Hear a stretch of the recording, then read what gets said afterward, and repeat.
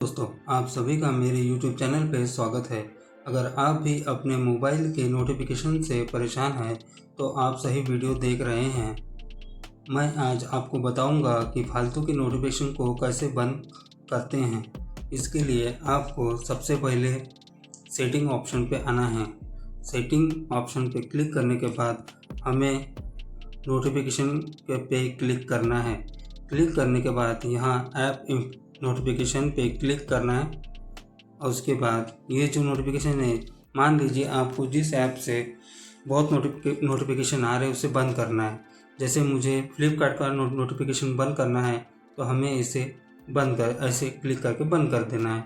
बंद करने के बाद अगर आपको ये नोटिफिकेशन चाहिए ज़रूरी है तो ऐसे ही इसे क्लिक करके चालू कर देना है।